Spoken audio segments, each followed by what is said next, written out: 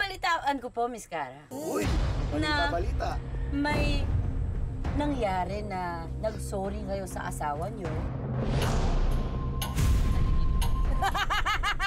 I-reveal kung sino ang napanaginipan na yan! Sorry. Nag-sorry kasi may iba siyang napanaginipan daw.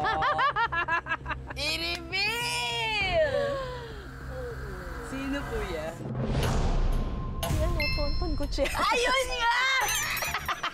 Lagi ko napapanigin. Lagi ko napapanigin. Hindi lang isang beses! Sobrang crush ko si Tonton Gutierrez. Noon pa. Oh. Oo. Kaya nung nakita ko siya sa grocery, Ano po nangyari? akala ko kilala ko siya kasi nakikita ko siya sa feeling niyo panaginip ko. Connect.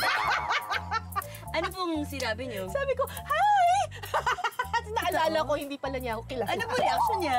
Mabait naman siya. So, hindi naman siya Lagi siya sa cashier, nagbabayad siya, tapos hinarang ko talaga siya, hi! Fan ako ni Tonton kasi crush ko siya. Tapos nung napangasawa niya si Glidel Mercado, super ganda. Gusto ko yung hindi nagbibigay si Miss Cara. Talagang kinikwento niya yung everyday